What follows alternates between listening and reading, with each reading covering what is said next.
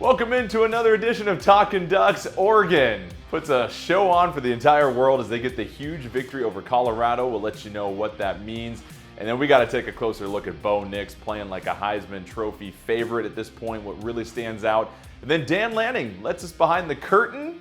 Is that a good thing? And then the Pac-12, it's as loaded at the top as ever before. We'll let you know what that means the rest of the way. But time now for our opening drive, brought to you by Capital Toyota, your way on the highway.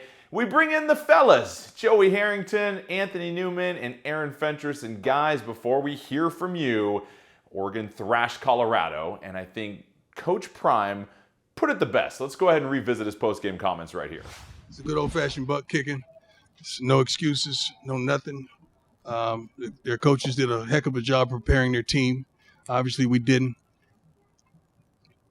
That was good. I mean, that was a really good old-fashioned butt kicking.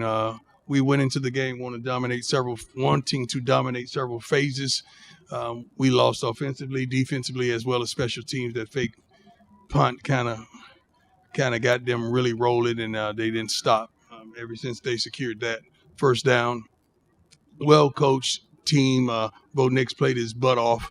Defensively, they presented some things that I guess we just couldn't get around. We couldn't advance the ball, rushing or throwing the ball as well. Seemed like they had our number. But hats off to their coaching staff, to their head coach. Great job, and they're truly prepared. All right, Joey, let's start with you. The Oregon Duck football team had probably the second best weekend in all of football to Travis Kelce, for obvious reasons. But you look at what this game means in front of 10 million viewers, and you and I were in agreement about why this was such a different game, and they put on probably one of the most dominant displays we've seen underneath Dan Lanning. Yeah, I admittedly walked away wondering, was Oregon's defensive line and offensive line that good, or was Colorado's offensive line and defensive line that bad? I mean, that game was won up front, and we talked about it. Colorado has some tremendous skill players. Shedeur Sanders is still one of the best quarterbacks in the country. When Travis Hunter comes back, he's going to be one of the best two-way player in college football. The thing that I think this game did more than anything is it secured in people's minds how good Oregon can be, right? This was a chance to, I don't want to say gain relevance, but gain some eyeballs, which is what they did. Now, ironically, this is probably the, sixth most important game that they played this year, because SC, Utah, Washington, Oregon State, potentially, they've got a gauntlet coming up, Washington State. And so all it did was make sure all those eyeballs that were paying attention to Colorado saw the potential that Oregon has. Now it's up to them to actually go out and do it against the meat of this schedule coming up. And Aaron, you felt that this was maybe another nameless, faceless opponent. You now get a chance to digest everything from this weekend, and we saw. That's what I said, Jordan. What? Nameless, faceless opponent. I think that's what you said. I think that's what you said for the most part. But I mean, what's your takeaway, man? Because this was something that we weren't sure if this game was going to be 2 scores or 3 scores. It was over by the second quarter, Aaron, and Oregon could have scored 70 if they wanted to. So, what did you learn about this team? Well, this was the most hyped 21-point spread football game maybe in history, right? I mean, people went into this game acting like it was a 3-point spread. It was 21, and we talked about that for a reason. Also, styles make fights, and this was a bad matchup for Colorado in every stretch of the imagination. So, I'm surprised Shedeur Sanders couldn't produce some offense to make it semi-interesting. So that was shocking, but we all agreed that Colorado wasn't going to stop Oregon, and they didn't really stop Oregon. So my only problem with this situation is that everyone said Colorado was overrated. Oregon thrashes them, and now Oregon's a national playoff contender. It doesn't make any sense. I think at the end of the day, Colorado's going to be fortunate to be 6-6. They have a long way to go to keep rebuilding this program, and you can't survive a season with a weak O-line and a weak D-line. And so when we look back at it, it's going to be meaningless unless... Well, it's going to be meaningless in two respects. If they lose to any of the teams you guys just mentioned, then no one's going to care about them beating Colorado. If they dominate those teams or beat those teams, Colorado's going to be a clear afterthought because they're nowhere near as good as these other teams coming up. So they dominated. It was great theater. Clearly the better team won by a lot, and that's all I take away from it. Question before we go, Jordan. Aaron, do you think that more people will be watching Oregon this week than they were, or I should say this week than they were 2 weeks ago? Right? Take the Colorado game out of it, right? Of course, because 10 million people watch that game. Do you think more people are paying attention to Oregon going forward than they were against, say, Texas Tech? I mean, maybe the unsophisticated fans are, or reporters. I just don't know anyone that has football sophistication is going to take this to mean more than it was. The far superior, more talented team whooped up on a team that pulled off a couple close wins against very mediocre competition and then just got smashed by a team that was a 21-point favorite. I think if it wasn't for Deion Sanders and the hype around him, we wouldn't even be dealing with this at all. This is all because of the magnetism of prime time. That's all this is about. It's about nothing else. Yeah. Of course, Aaron, it's because of Deion and everything. That's why these games have meant so much for Colorado. But he just asked if more people were going to be paying attention. I don't believe the sophisticated football fan, the sophisticated media member, is going to make much more out of this than what it was, especially as we move forward and they lose again. They're going to get killed by USC. Are they stopping USC from ever reaching? So basically, Aaron's calling you a dum-dum if you're tuning into Oregon for the first time after this game moving forward. So, Anthony, you saw this. I mean, you had to be loving slander. What you saw from Oregon. Anthony. Well, yeah, I loved it from a defensive standpoint of, putting the defense together for Oregon, doing what they needed to do. And Aaron and Joey, they're both right. This game was all about Deion Sanders and the talk and everything else, and the media was making things. When it comes down to football and two teams playing on the field, there was one team that was better than the other. One team won one football game last year. They won a couple games this year. So what? Give them a couple cookies. When you take these two teams and put them on the field together, it's lopsided. And we said that before the game even started. We talked about that. Joey said this. The games are won in the trenches. Okay, the Buffaloes, they have nothing up front from an offensive line standpoint or a defensive line standpoint. They can't get to the quarterback. They can't stop the running game on defense. Sanders can't get protected at all. He got hit 16 times or sacked 16 times prior to this game. And then he gets sacked 7 times. I don't care what type of receivers you have. You're not getting them the ball because the lineman can't protect you. You run the ball for 40 yards per game? What? Are you kidding me? There's no balance? You're going to get killed in every game. You should get killed in every game. And then when you're going against a football team that can run the football, they have a great quarterback that's leading this team. They got some dynamic receivers, and they got a pretty good defense.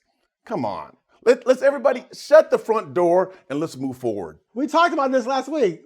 So when Shedeur Sanders didn't have an open receiver on time against every other team, there wasn't a ton of penetration or push.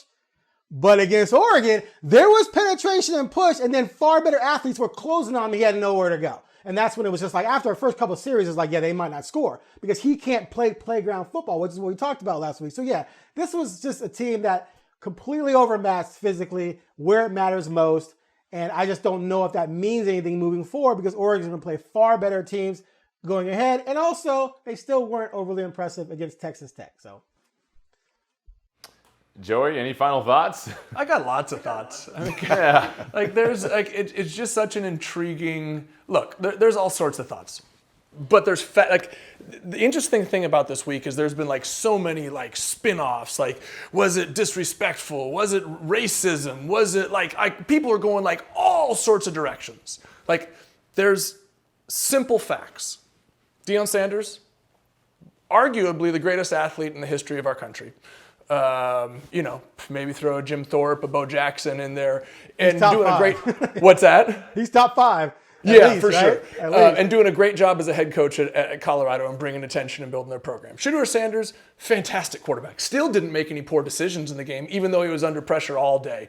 Dan Lanning, he's got a great football team. Bo Nix, Heisman Trophy candidate. Our defense looked tremendous. There are facts that kind of go about these games, and then all these narratives that are just spinning around. If you come back to the facts, the better football team won the football game. There was trash talk, there was clickbait, there was all sorts of ancillary stuff, but the better team won the football game. And there wasn't anything disrespectful about it. They just beat them. next week, next page. Let's go. Yeah, clock struck midnight for the Cinderella story for the Buffaloes. All right, when we come back, we got to talk about Bo Nix. His greatness is starting to get boring almost. We'll let you know why that's a good thing for Oregon as they start getting ready for the rest of their schedule.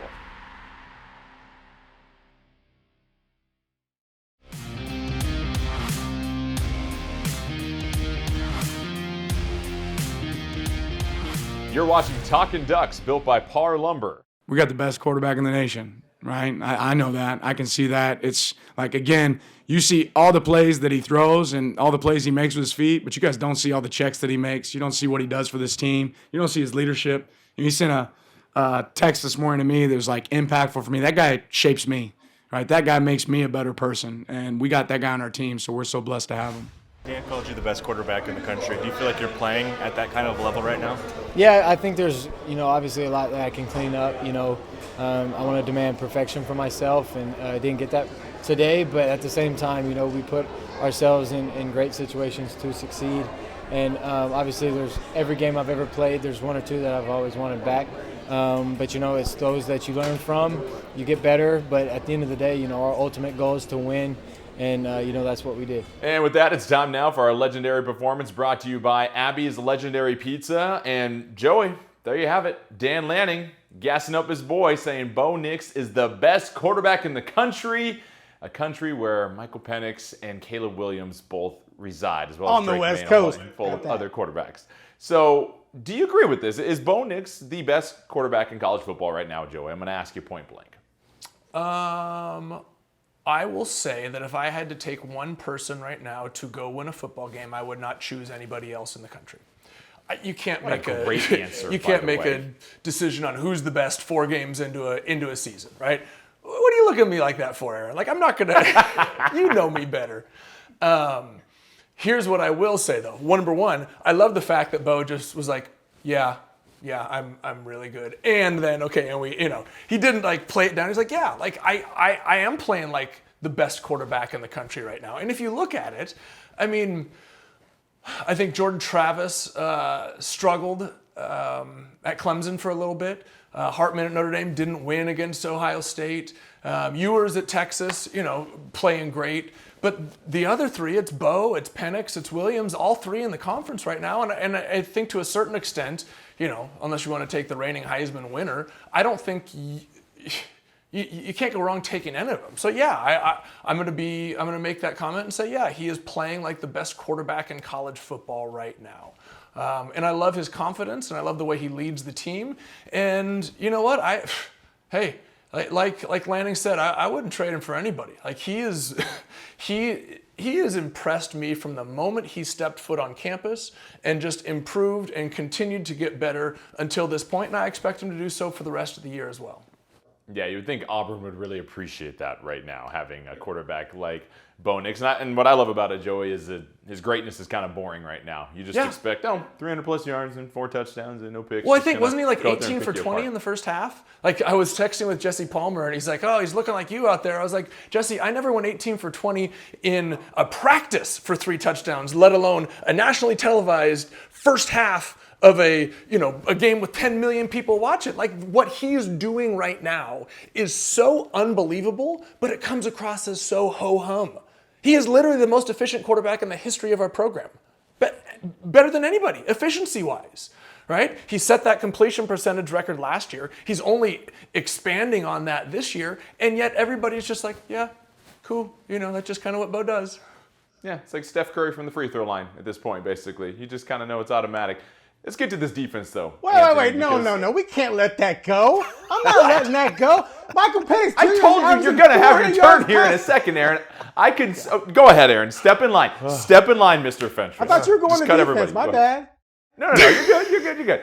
Penix is averaging 400 yards passed per game. He has a 200-plus passer rating, which is better than Nix. He has 16 touchdowns compared to 11 for Nix. Look, everyone loves what Bo Nix is doing in Oregon, but we can't honestly say he's the best quarterback in the country. He's not even the best quarterback in the Pacific Northwest. Come on, let's be real. Penix has played tougher competition. Come on. Bo's great. Question. He's not as good as Caleb. If Caleb were here, Joey would have said Caleb was the best. If Penix were here, he would have said Penix was the best. Penix and Caleb are better than Bo. Bo's doing wonderfully, though. That's all that matters. Question. Joey, Is being a quarterback all about statistics? I'm asking you, Aaron. No. Okay, great. So, as Dan Lanning said, what he is doing for the team, what he is doing in terms of making himself better, making his teammates better, yeah, Penix is throwing for not more doing yards. that? Penix He has isn't a doing higher, he has more yards, he has more touchdowns. But he has to do that because he doesn't have the running game that Oregon does. He doesn't have those 3 running backs in the backfield, right? Oregon has balance. Washington has Penix, right? So don't penalize Bo because he has more talented players behind him, and therefore the offensive coordinator wants to say, hey, let's do both, as opposed to chucking it all over the place. I'm just saying. Hey, the good news is we'll find out in a couple weeks as they get ready to square We're off. good. 3 weeks. Anthony, thank you for being patient, my friend. Let's get to this Oregon defense here because they're starting to show out a little bit this season. They were huge in the win on the road against Texas Tech. Obviously made life miserable for Colorado. Is this the norm that we're going to see now? We've talked about Lanning and his defense. This has been impressive, what we've seen now 4 games into the season. Well, first of all, can I play? I mean, Aaron, can I play? I'm just We were standing on the talking sideline. offense, so I'm no. just standing on the sideline watching. And, you know, Jordan was supposed to go to me, and then you jump in. Can I play? It's my turn now. Okay. I'm sorry, Newman. I'm sorry. Speaking of the defense, I'll keep it short. They're getting better. All right, we're done. Okay, no. You're going to step onto the field, and that's all you're going to give me there? No. But give me some more. They're getting better. Why are they getting better? Help educate the people. Here's the reason why they're getting better. Okay, and Joey knows this. With the pass rush, they're winning. They're getting to the quarterback with a 4-man pass rush. That is huge. The one-on-one battles. Jordan Birch can't be blocked one-on-one. Brandon Dorless can't be blocked one-on-one. That's big time. That's hard on the offensive line. That's hard on the quarterback. But then at times you dial up some exotic blitzes. You send Evan Williams off the edge as a safety to come in for the blitz. That's huge. But then you add the coverage downfield. You know, they had 7 sacks. I think 3 of those sacks were coverage sacks. Kyrie Jackson, outstanding corner, 6'4". When you watch him, when you get on the field, if you ever get on the field and look at him in person, you're thinking, who is this tall kid that's playing corner that's very athletic at 6'4"? And what I like about him, he covers receivers with his legs, not with his hands. He doesn't panic. When the receiver gets in front of him, he's not grabbing. He's just running. And then he becomes a receiver when the ball's there, turns around, makes a great play. When you have a pass rush and guys who can cover, you have a very strong defense. Hold on. I just had this mental image of like covering with your legs. Like, oh, I got him. Let me knock it down with my legs.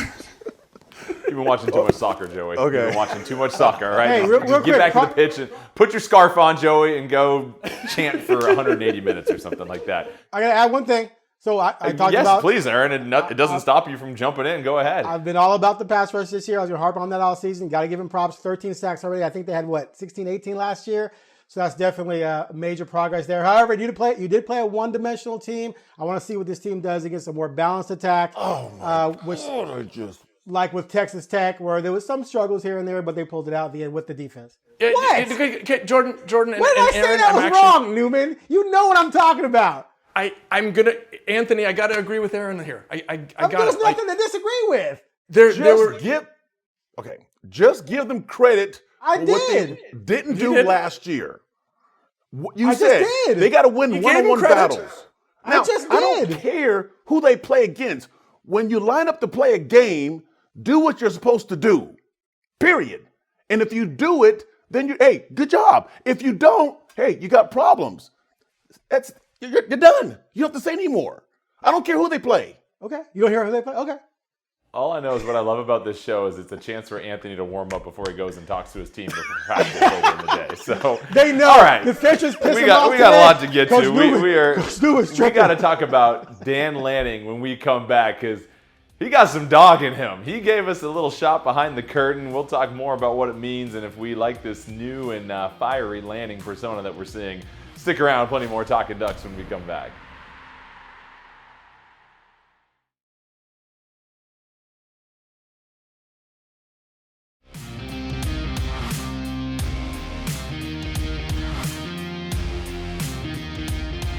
You're watching Talkin Ducks, built by Par Lumber.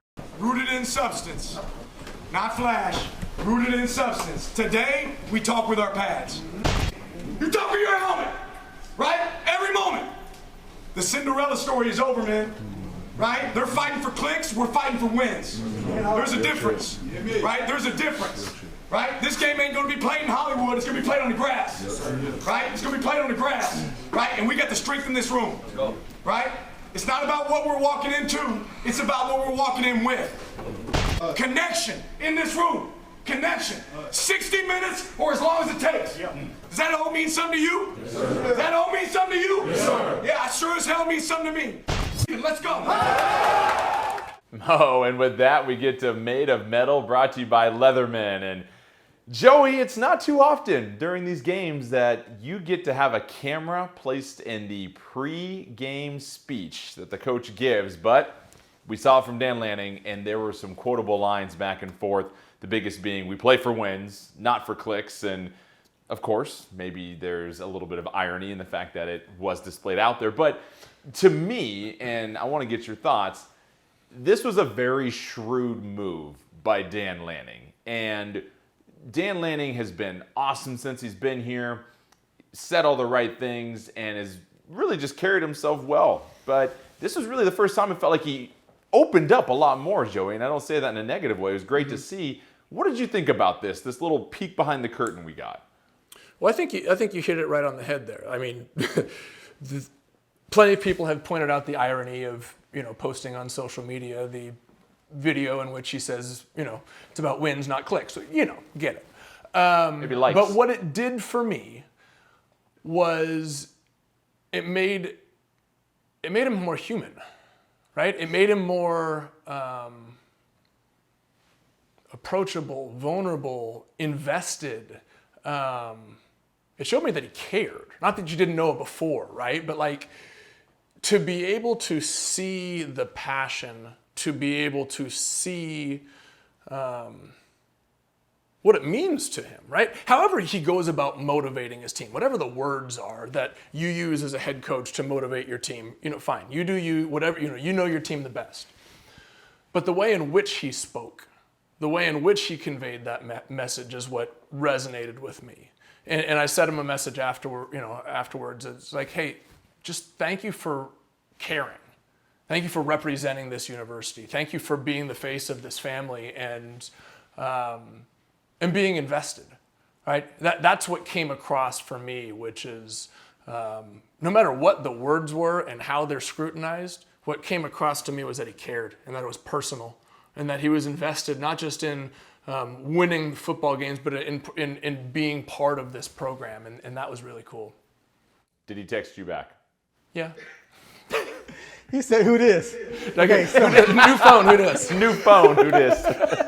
But Anthony and Joey, I want to ask you something because I think you brought up a really good point there, Joey.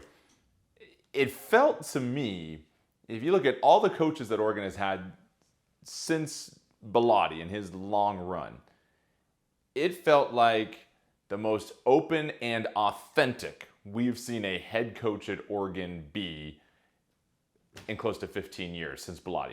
Do you agree with that statement? I am going to hold my statement based on the reaction I see from the bald, shiny head that is facing the camera, and I would like to have Aaron Fentress, please, from the Oregonian. Will you please answer this question? I have no comment on this subject. You guys all played for Oregon. You guys take that. I do want to talk about Lanning's comments, but I'm not going to get into the.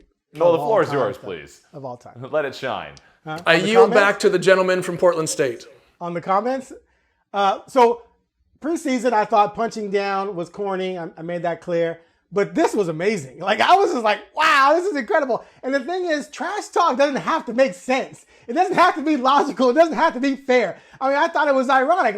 Substance. Come on. Oregon has had substance, but it kind of built its brand on flash and clicks, and they were cutting edge on social media. And that was the whole thing with recruiting, was that the coaches were going out on social media. So that was hilarious to me in a way, but it doesn't matter because Colorado has been flat out obnoxious since they started winning. The players are running around flashing their $3 million watches or whatever they are, getting their cars and just all the NIL talk. And there's nothing wrong with that. I don't really care. But to come back and throw it in their face, I thought was brilliant. The Cinderella story ends now. Amazing. The reaction to some of it was just stupid. Like, people were just out of their minds saying, oh, he's calling them flash and dash, and this might have racial connotations. Get out of here with that ignorant nonsense. That's just ridiculous. First of all, Deion's entire existence since he was a baby was being flashy. He named himself Prime Time. But he was still also always about substance. He studied the game. He played hard. He worked hard. That combination made him a megastar. So there's nothing wrong with having some flash, having some pizzazz, some dash, whatever, as long as you bring substance to it. Regardless, I thought Lanning's comments before the game to his team were amazing. I thought his comments, I think yesterday, when he was asked about the reaction and everything and how he talked about Deion has done amazing things for college football already. Amazing. Dan Lanning, A+, start to finish in this entire situation. Very entertaining. More entertaining than that damn game, that's for sure. Anthony, I mean, you've been in a lot of locker rooms. You've heard a lot of talks. I mean, for Dan Lanning, this is really the first time we got to see him really showcase his colors in that sense. What do you think? Well, exactly. That you said it. You said it right there. It's the first time. All the players, they hear him all the time. That it's routine. They hear him before the game. I mean, when's the last time that the media's been inside of the Oregon coach's locker room, prior to the game starting? Maybe 3 times, twice in about 10 years. So we don't know what's going on, inside the locker room. The players do. They hear that kind of talk all the time. It's the norm. And the trash talk, that happens a lot. It happens all the time. And when you lose, you better eat crow. That's part of the game. People are competitive. You get a lot of passion going on there, and then you want to win, and you start talking and all that kind of stuff. And then when somebody's doing something, you want to pep your team up and get them going, you say a few things. But, Saturday, the cameras were in the locker room, so they heard the words, and then all of a sudden everybody's going crazy. It's common. It goes on all the time. Yeah. Shedeur Sanders, let me bring up Shedeur Sanders. So he's the one who was flashing his watch to other teams in the past. Well, after they lost, some Ducks were flashing their wrists at Shedeur. Shedeur was asked about it. He's like, they whooped us. That's what they're supposed to do. That's how it works. So, Yeah, it felt like just good old-fashioned trash talking that everyone took in stride. And I think it is so refreshing to see that. And, Joey, I want to go to you for this final thought. 10 million people watched this game and saw this new side or this particular side of Dan Lanning. If you're Dan Lanning, how do you then carry yourself moving forward into the meat of this schedule? Do you treat this as a one-off situation because of the hype around this game and everything around Colorado and how unique it was? Or what do you do when you start to face the Washingtons, the SCs, and what's your take? Is there a strategy there when it comes to the way that you're kind of showcasing yourself? You do nothing different. You don't change a thing. You don't back it up a little bit? No, you don't change who you are. Like that's the great part about Coach Lanning is he's real and he's authentic. And like I'll tell you, you guys know this. As a player, you can tell when a coach is fake. You can tell when a coach is feeding you a line, to your face and then saying something else behind closed doors. That's not what you get from Dan. And Dan allowed us to see that, and he allowed us to see the passion. So you ask, what do you change? You change nothing. Because what you've done is you've established a culture. You've established a way of doing things. You've established the right way to do things, how you do it, why you do it, when you do it. We just got to see it on Saturday. Like what did he say? You got a 15-second view inside the window. I live in that house all day. Just keep living in your house. Keep doing things the right way. And then, like Anthony said earlier, you play who you play and you let the chips fall at the end of the day. All I know is we got about 12 T-shirts worth of quotes during that one speech, so we'll see how those kind of come off the shelves here shortly. All right, Pac-12 playing really good football right now. We're going to talk more about that and what it means for Oregon moving forward when we come back on Talkin Ducks.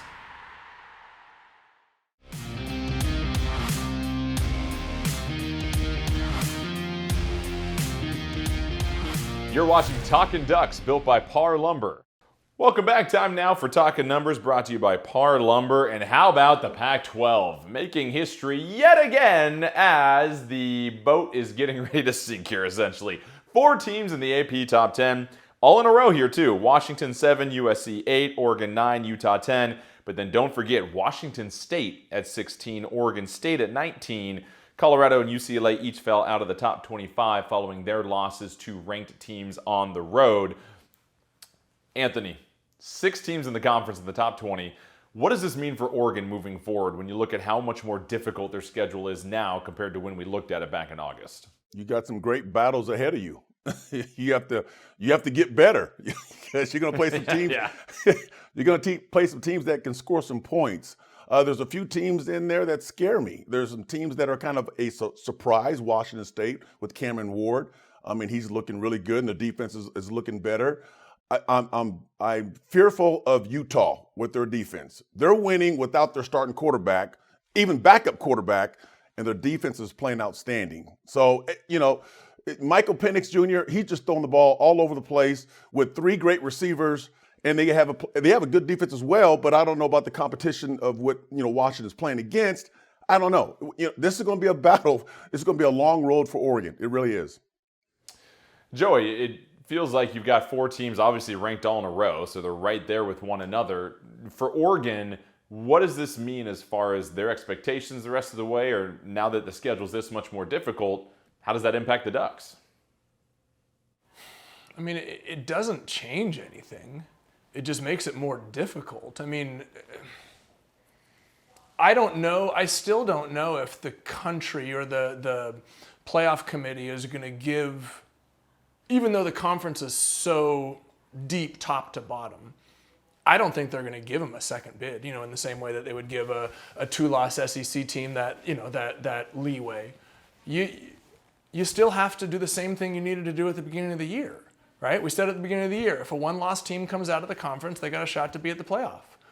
You got to be a 1-loss team coming out of here, and it just got more difficult. Washington State, SC, Oregon State, Utah. I mean, that's a hell of a 5-game stretch. That's going to be a, I don't want to say rough, but it's going to be, let's put your nose down and we don't pick it up until November, like, to see where we stand. Aaron, does the Pac-12 end up cannibalizing itself? Is it going to still just come down to one-loss team in this conference making it in? I kind of feel like if all of those teams stay, in that 9, maybe 10 win range, and you come out of the regular season 10-2, and then you play another one of those teams and you beat them, I think that might be good enough to maybe get you in this year, because there's some weird things going around the country as well. So I don't know. It just depends, because it's hard, because when they start all playing each other, if they're all equal, you're going to have teams racking up losses. And then you have to decide, are those quality losses or not quality losses? And that's going to depend on if those teams take care of business outside of that group. And we just saw Oregon State lose to a team outside of the group. So what does that mean about Oregon State? Does that mean Oregon State shouldn't be in that group, or that maybe Washington State should be? I guess we'll find out as we go. But at the very least, you take care of business in your Oregon, you're going to make the playoffs. And that means not losing more than twice. If you could do it with just 1 loss, you're in for sure. I'm just waiting for Arizona just to knock off somebody and completely mess this whole thing up as well too at some point. But I'll close with this, Joey. It is unfortunate, because you look at all the other conferences across the country, and Oregon by far is the most top heavy. You've got Ohio State and Michigan in the Big Ten, but nobody's challenging Georgia in the SEC. Nobody's challenging Florida State except maybe Duke. It just feels like the conference is going to hurt itself again down the stretch. Yeah, I mean, we talk about it every year. A 9-game conference schedule hurts. We're going to be playing a conference game in the Pac-12, and the SEC is playing, a directional Louisiana school. That's the reality of it. I don't know that I can think of a year where the conference top to bottom is this good. I mean, you think of the years with like Jason Gesser, and Kellen, and then into the early with the early SC years. Like, I don't know. Like, this is literally, I think, the best I've seen this conference in my lifetime. Just in time for it to go away. Yeah, perfect timing. Why not? couldn't have sold any subscriptions with that. All right, when we come back, we'll get a chance to catch up with Dan Rubenstein, get his thoughts on the national picture and also how impressive this Oregon win was. Plenty more Talkin' Ducks when we return. Bacon. Bacon. Cheddar.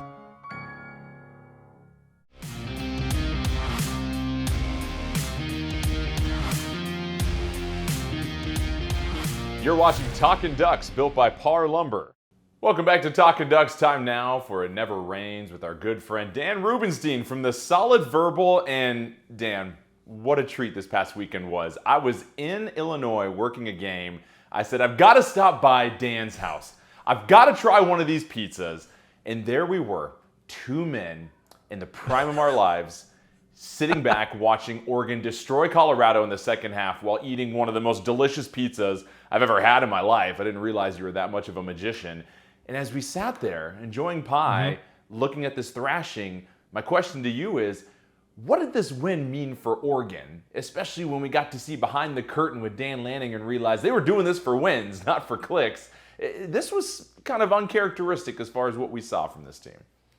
How many people have clicked on Oregon's cinematic recap video at this moment? 12 million people? Sometimes you can do it for both, right? Sometimes if you're really good, you can do it for the wins and the clicks. And that's kind of what Oregon came out of this weekend doing. What does it mean? So this was, I think, the most watched college football game of the season thus far. It was, I think I saw that from ESPN. It was something like 10 plus 11 million people, something like that. So that's pretty great for the program.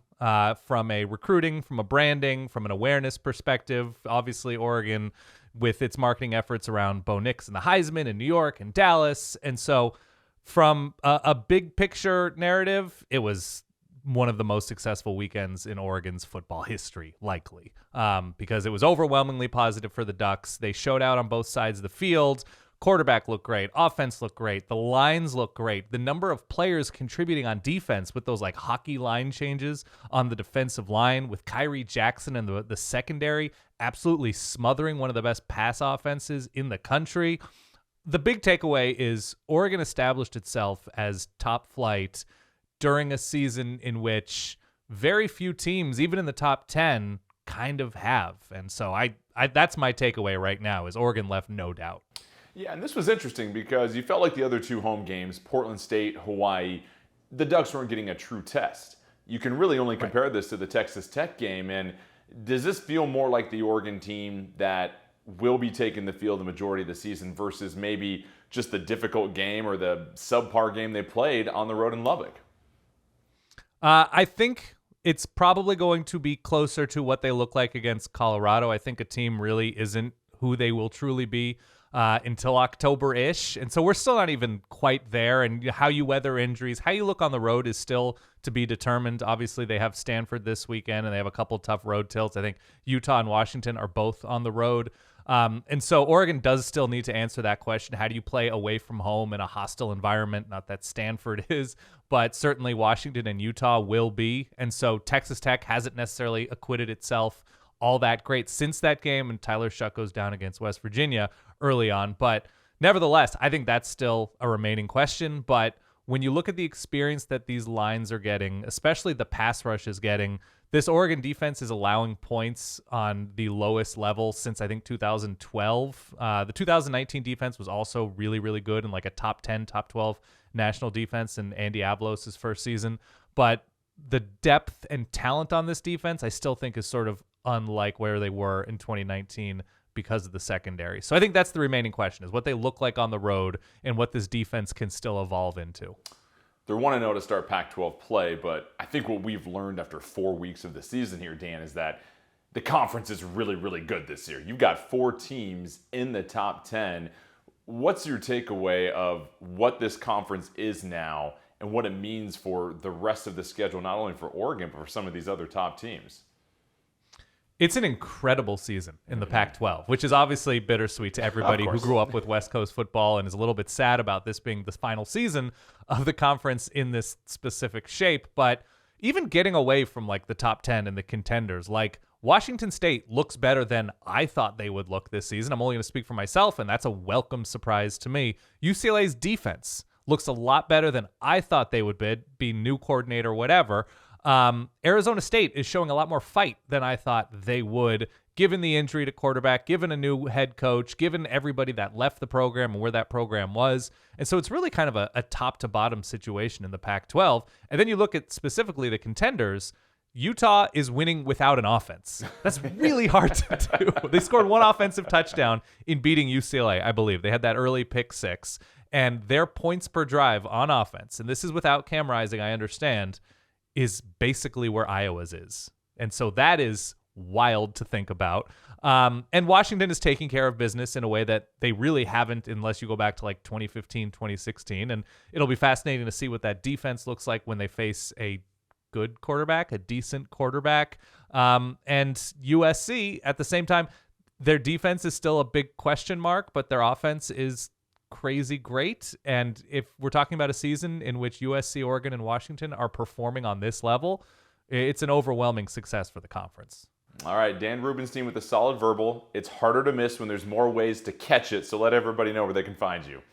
Yes, solidverbal.com for more information, or youtube.com/@the solidverbal, and social media, whatever. 3 times a week, previews, recaps live on Wednesdays and Saturday nights after the games. We have a fun time, and we occasionally talk about pizza. And if you ever find yourself just outside of Wilmette, Illinois, make sure you stop by. You won't be disappointed. Dan, thanks again, my friend. Oh, my pleasure. Thanks for having me. All right, stick around. When we come back on Talkin Ducks, we'll get to some predictions, and we'll dive even further into the Pac-12.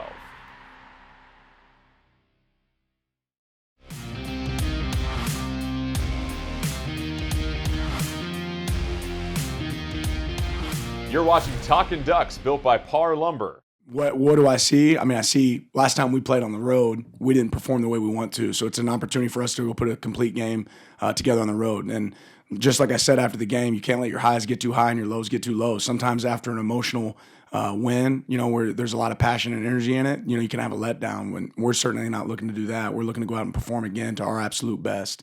Our guys, like I said, have the right mindset. They came in energized this morning, ready to work, ready to attack, anxious to watch film. And we're going to build off of what we've been building all season. Well, there you have it. Dan Lanning talking about the matchup against Stanford. And Anthony, remember, it wasn't too long ago Oregon got a win on the road at Ohio State and then dropped a game ranked number 3 in the country at Stanford. And there's a couple interesting things coming into this game here. There's way less hype for this one than there was for Colorado. The atmosphere is going to be borderline sleepy down in Palo Alto. And you have a bye week after this that sometimes guys get caught looking ahead to. Is there any concern for you as far as Oregon as they get set to take on Stanford? Well, you're right. I mean, they have to deal with all those problems that could be problems. But when you look at Stanford, guys, they're not a very good football team. Let's be real. They got a new coaching staff. My best friend, he left, and he didn't leave because they were losing. He left because they can't keep players. This transfer portal deal is killing Stanford with guys just leaving. And, his star running back left a couple of years ago, and then he had another running back. So the cupboard is bare there, and they're trying to fix some things. So, right now going into this game, Oregon, they understand that. I know Dan Lanning knows that, and he's telling his kids that, hey, we got to play against us. It's not about them, it's us. We play Oregon, and that's really important in this football game. Joey, is this one that Oregon just shows up, it's a business trip, you just pick up the win and then use that bye week to get ready for Washington? Or what is the approach when you're getting ready to take on somebody that you're nearly a 28-point favorite for?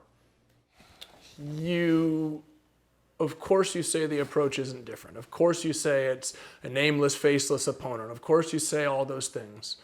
But it's tough. It's really tough to go on the road to a place where there will be, all of about 1,400 people and play. 1,400. Oh, it's true. 1,400 though. 14,000? 14,000 maybe. You ever play at Stanford? I was sitting in the old Stanford Stadium, when it seated 90, and I think they put in like 9,500 in the game I was there. And it was like an unofficial recruiting trip. I looked around, I was like, man, I ain't coming here. So, yeah, it's tough. It really is. However, this is one of those games where so long as you come in truly focused, you can get off the field by halftime. You can shut it down, get out there and just go bam, bam, bam, just like you did against Colorado. Get yourself up by 35, start a drive in the second half, and then shut it down for bye week. Yeah, but you got to be focused as hell for that. Like, you really have to come out and it's got to be, it's a different type of preparation that unless you've been in that situation and almost screwed it up, like you have to, this is new for a lot of these kids. This is new after this giant emotional game for this letdown at the farm. So yeah, they got to be ready. But if they are, it should be quick work.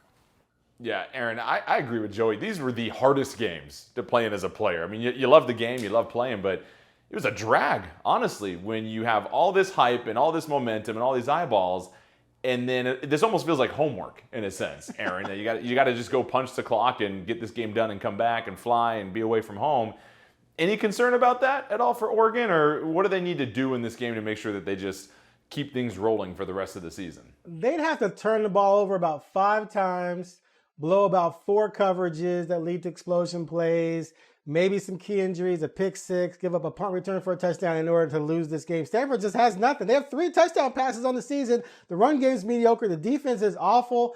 If Dan Lanning is the coach, everyone thinks he is, he's going to have those guys ready to go in there and take care of business and destroy Stanford by halftime and then be able to chill with backups in the second half. So I don't even know if I'm going to watch this game, to be honest with you, because I just don't know if I just probably Thanks have for your the commitment time to this show, mix Aaron. in this nonsense, because it's not going to be much of a game. But I have zero concern whatsoever that this team is going to go in there and lay an egg in this situation. If they were like last year at Cal and at Colorado for that matter, those were the games you could have done that last year. And in Colorado, they just destroyed. I think this is going to be similar. Joey.